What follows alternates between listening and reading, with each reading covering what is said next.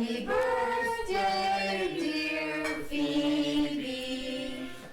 Happy birthday to you. Just a minute, I gotta get ready. Make a wish.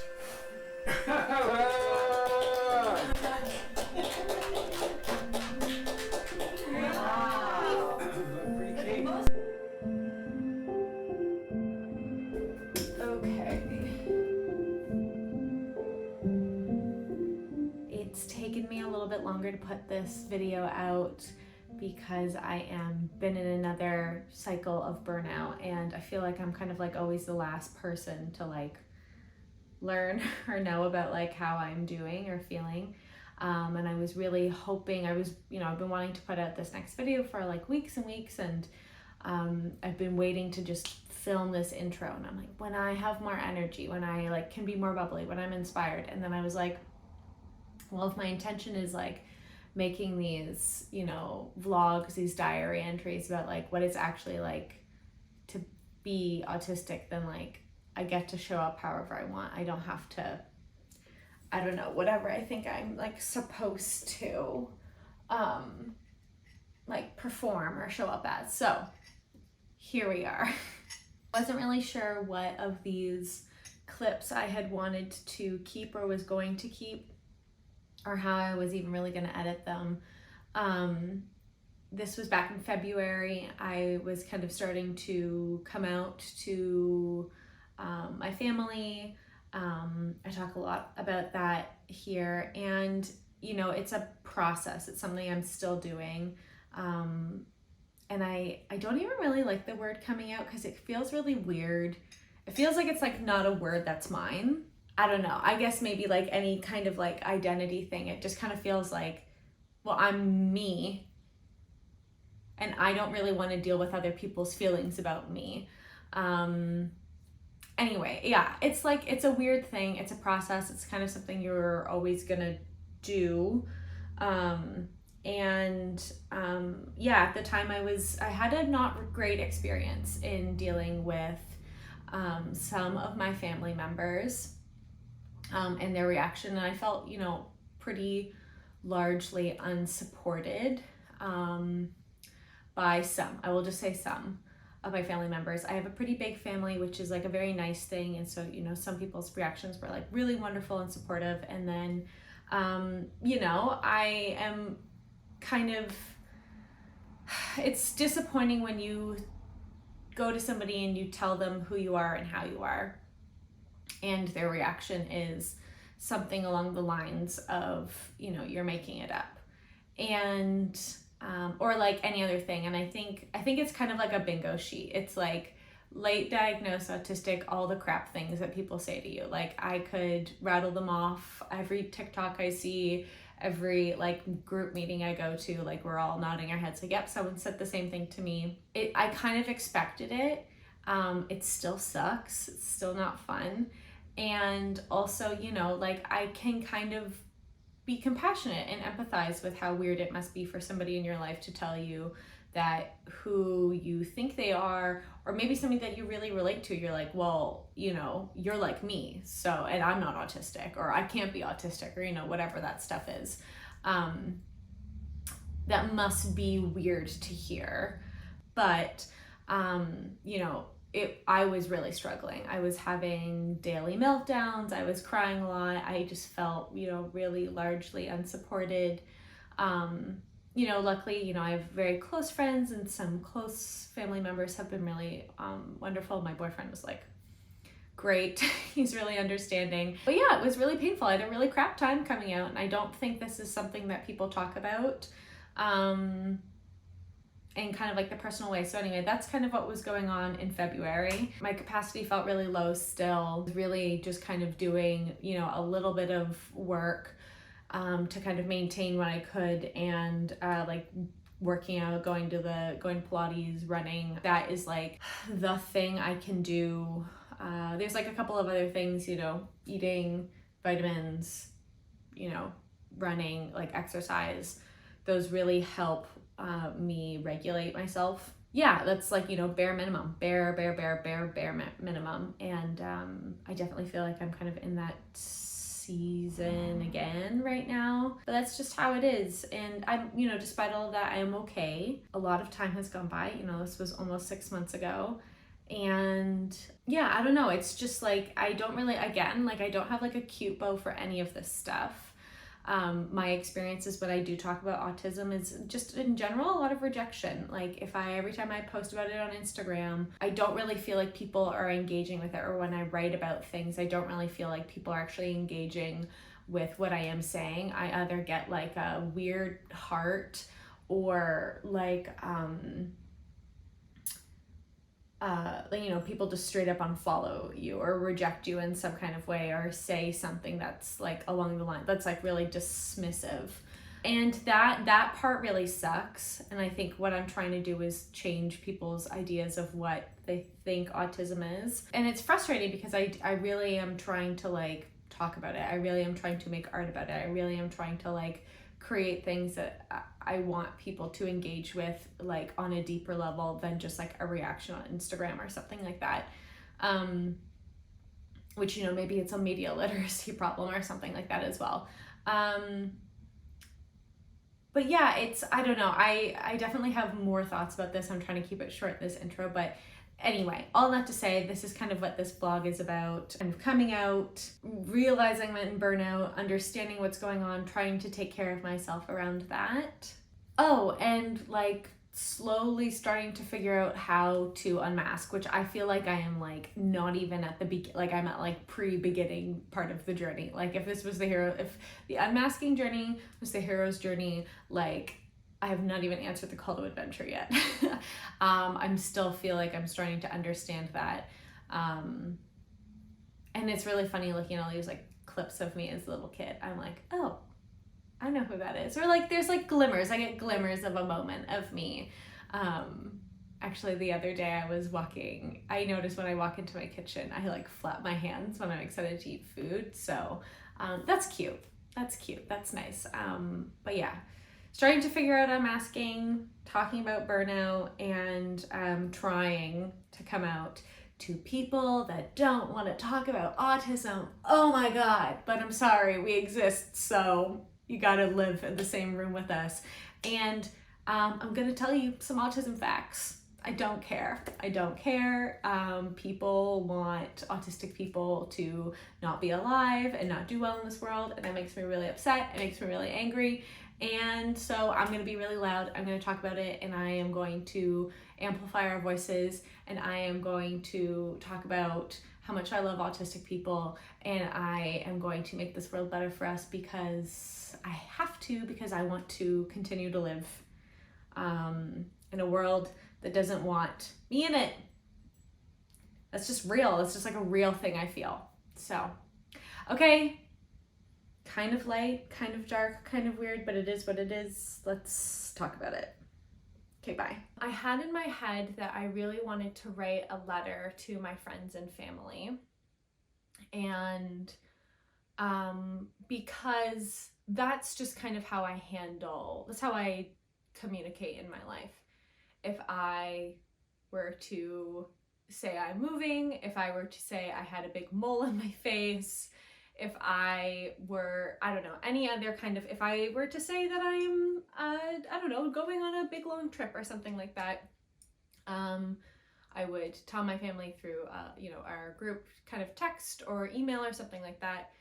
I really process and can communicate far better in writing than I can speaking, and I think people are kind of shocked to hear how, because I sound really eloquent right now, or maybe not eloquent, but I sound very verbose, like I have a lot of language right now, and I'm also, I have a podcast and I speak for a living, and you know, when I'm in meetings, etc. But there's a lot of work, and I think other autistic people will probably understand how much work goes into like preparing the script to speak. I'm not really preparing scripts to speak right now. But oh my God, I'm so anxious right now. I can't, my like throat is constricting so bad. I didn't find a lot in like this kind of coming out process, or like what to really do. I think and I've kind of mentioned before, I really wish there was some sort of, okay, now you've been diagnosed, or now you think that you're autistic, like here's what to do, diagnosis aside or not. And so I really wanted to write a letter, and I waffled on what to do for a couple of weeks. Then I think it took about 2 weeks to kind of figure out how I wanted to tell my family and friends. My friends kind of knew. I had been having conversations with them, you know, especially asking them like, do you think I'm autistic? You know, I told them, you know, months and months ago when I kind of had first started this process back in like spring, almost a year ago now, spring of last year. And so yeah, we had been having conversations, but I wanted to just say like, hey, here's what's going on. I'm feeling pretty good, actually. Like, finding out that I am autistic is like, it's the best thing that's ever happened to me. And also it's been so difficult. I didn't want this whole video to just be me crying in different locations. I didn't think it would be, but it also has, like, I cry every day. I cry every day a lot.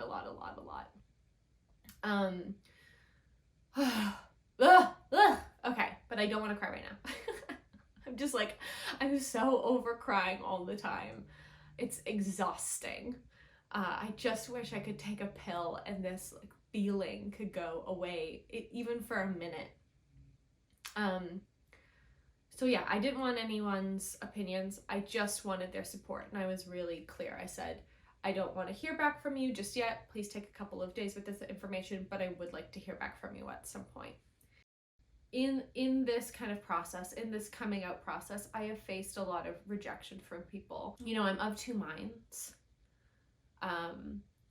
Like, good, you know, leave. I don't really want anyone around me who doesn't like me for who I am. Under many different, you know, for many different contexts. I remember when I started getting tattoos, my parents were like, you know, who's gonna hire you? And I was like, I don't want to work for somebody who doesn't like people for their tattoos or whatever, right? You know, I don't want anybody around. But also at the same time, I kind of think, how else do we get non-autistic people to listen to us if they just reject us so immediately? I don't know how to make you care about me. I don't know how to explain to you that you should care about other people. And that goes for all people, in any kind of understanding and any kind of marginalized body, you know. And I think, like, for all the privilege that I have and you still can't see me, is for all the rejection that I have received and how fucking painful it has been. The amount of love and support I have received from my friends in particular, from you know, other autistic people in my community. I have so enjoyed speaking to other autistic people, kind of only. I think in trying to talk with my family, it's proven to me that you can't talk about autism so openly with non-autistic people. They just don't want to hear it. That's a really shitty fact. It's a really shitty experience to have. I don't think everybody's like that, obviously. I just think most of the time people actually don't want to hear about how not cute autism is, when it isn't packaged up in a nice way. But the love and support I have received from the people that are really important in my life is huge. You know, I have had friends ask, you know, what books do I recommend? Where can I learn more? And then also, like, you know, a friend of mine had said, like, it's also not your responsibility to educate everyone that you meet. Like, that's exhausting. It's on everybody else for them to understand who you are. And that was really, really, really, really nice. Okay, I think that's all I have to think about that for now. Last night was the first night since probably sometime in November, I think, that I didn't have a meltdown before I went to bed. It just huge.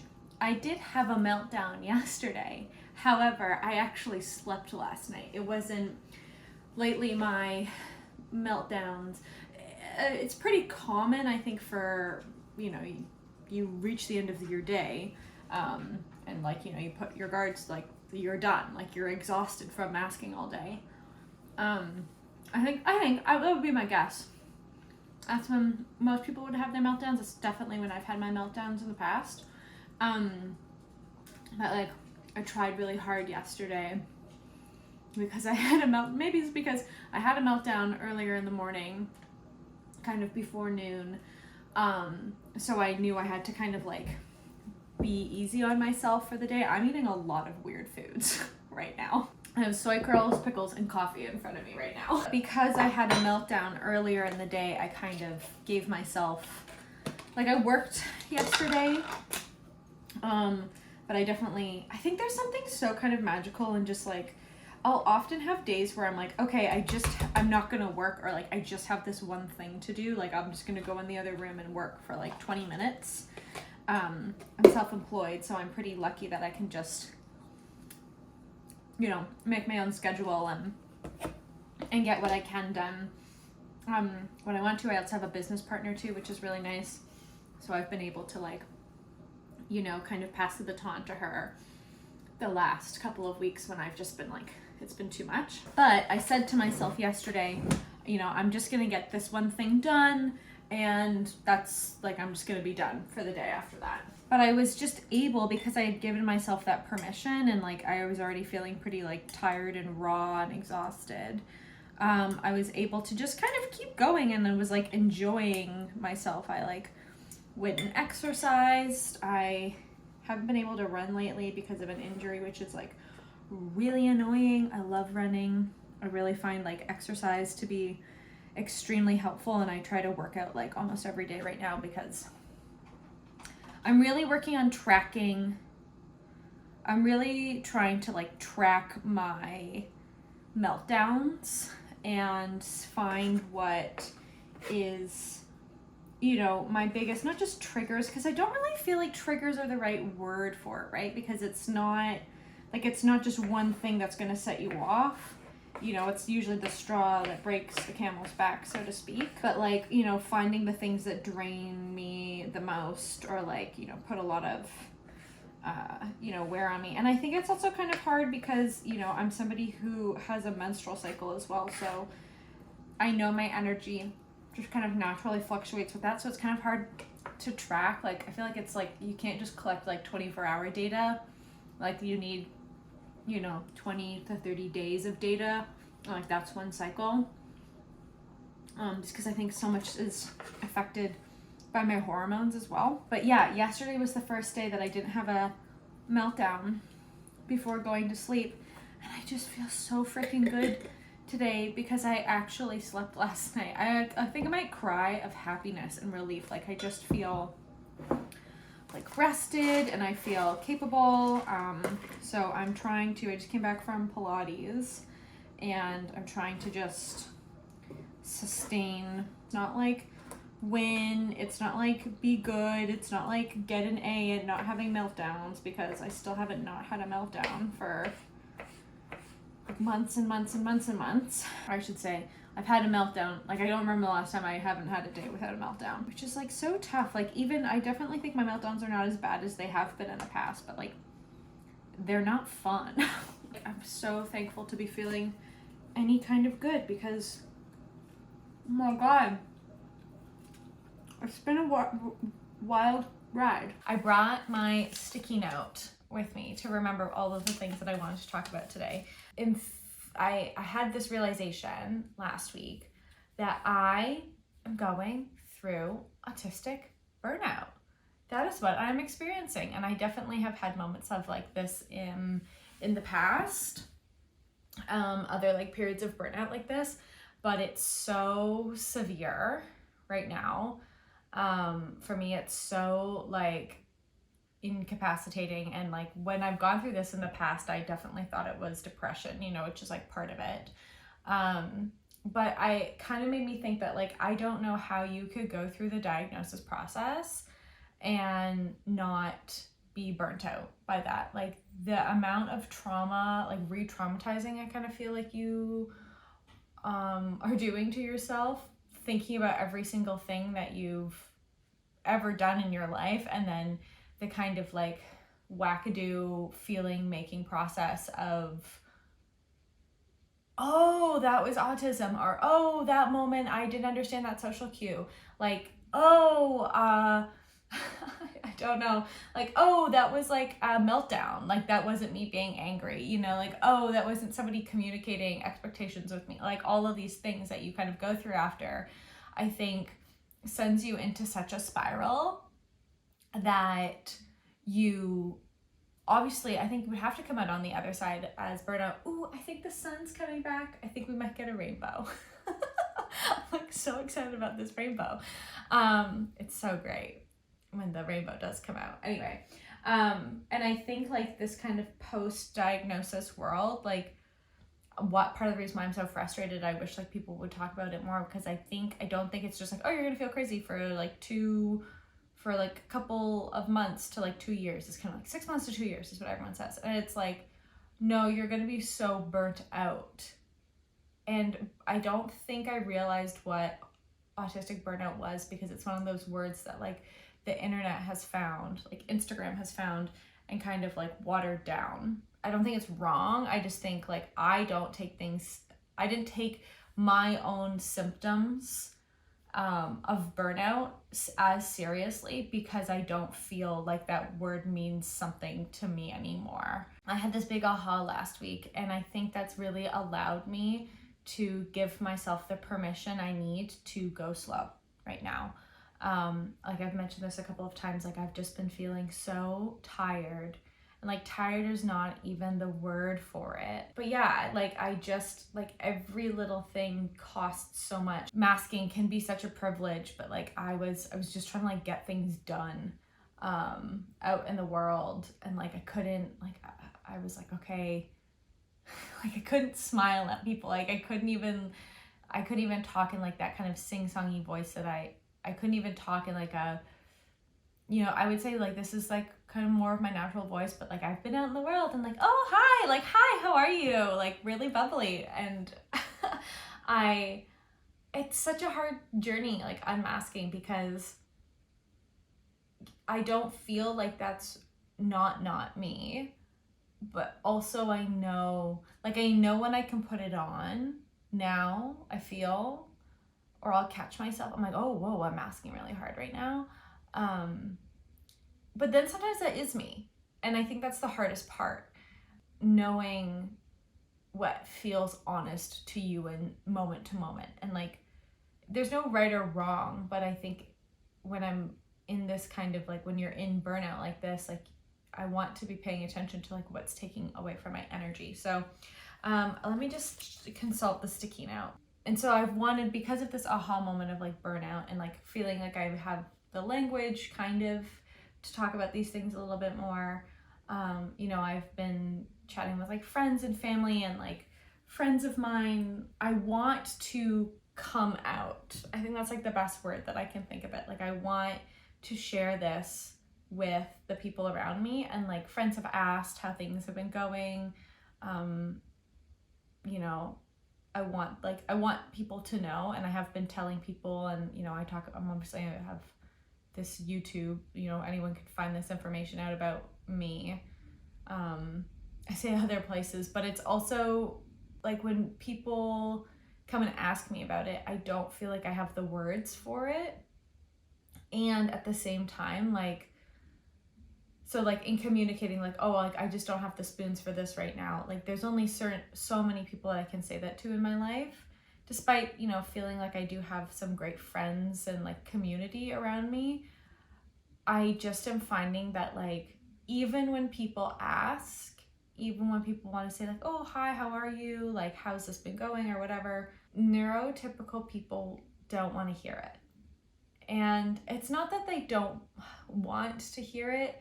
It's that I don't think that they have it's so hard to package up in a conversation over dinner. It's so hard to just, here's how autism affects my life, because it affects everything. There's not a single thing that doesn't feel like it's because of autism in my life. I don't have autism. I know people feel differently, but like to me, I don't have autism. I am autistic. And so it's like trying to pull apart like operating system versus, I don't know, like perspective or something like that. Like even when people ask, like it's so kind of embarrassing feeling to say like, oh yeah, I can do one thing a day and then I have to lie on my couch. I had such a bad meltdown on Saturday night as we were trying to leave the house. We're like going somewhere, and I knew Thursday night I was gonna have to talk to people. Friday I had to be out in the world. Saturday I was gonna sit on my couch and do nothing, and because we were going out on Saturday night.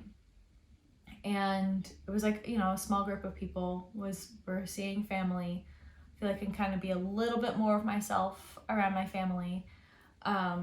And I had a total meltdown as we were leaving the house. Like we were about to leave, which is like extra stress because like now we're already late and it doesn't even matter. And I remember having this moment of like, I just want to be normal right now. Like I just want to be somebody that can leave the house. And I don't think I felt angry like that, or like, I don't know what's that word, like not even shame. Like it's like so much more than that. Like this is some sort of punishment from God or something. I felt like that my entire life, and I don't think I really felt that so hard on Saturday. Like I just wanted to be somebody that could leave the house in that moment, instead of being so anxious about like, okay, how am I gonna act when I get there? Even really trying to like talk myself into like, I don't have to be anything. Like what if I didn't try to be the like, hi, how are you, blah, blah, blah, person? Like what if I didn't do that? And you know, my boyfriend and I kind of came up with like a exit plan for me. Not even just like, he reminded me, he's like, here's the room in the house that you can go to be by yourself. Like you don't have to, or like go grab the car keys and leave if you just want to leave. Like I had to, despite those being things that I do sometimes already, he had to really remind me of those things. And so that, I think that's part of it. It's like people want to know, people want to talk about it, and it's like we're at the bar. We're out for dinner, we're having coffee, we're in the antique mall, like we're texting. Like it's so, the people that I can talk about this to, and even my closest friends, I don't feel like I can say the whole thing to, because it's so embarrassing feeling. And I hate that. I want acceptance for myself so badly. I feel like when people are having conversations like that, like they want some sort of like understanding of it, or they want, and it's not to say that I don't think like people are well-meaning or they're not like curious, and I think the people that are asking really do want to know, and people that I have in my life do really want to know. It kind of sucks being asked to explain yourself all the time at the same time, right? Like I wish, if you want to know about adult autism, like Google exists. That's kind of maybe what my feeling is. It's like I want people to understand, and I want to tell people, but I don't feel like I have the language for it yet. And I don't feel like people are actually wanting to learn. They're just wanting to be nice, maybe. And so like when I feel like I'm put on the spot like that to like, oh, just, Phoebe, how's autism going? It's like, I can't do anything. I can do one thing a day, maybe, sometimes never. That's it for my sticky note today. A little check-in. Bye. There's me.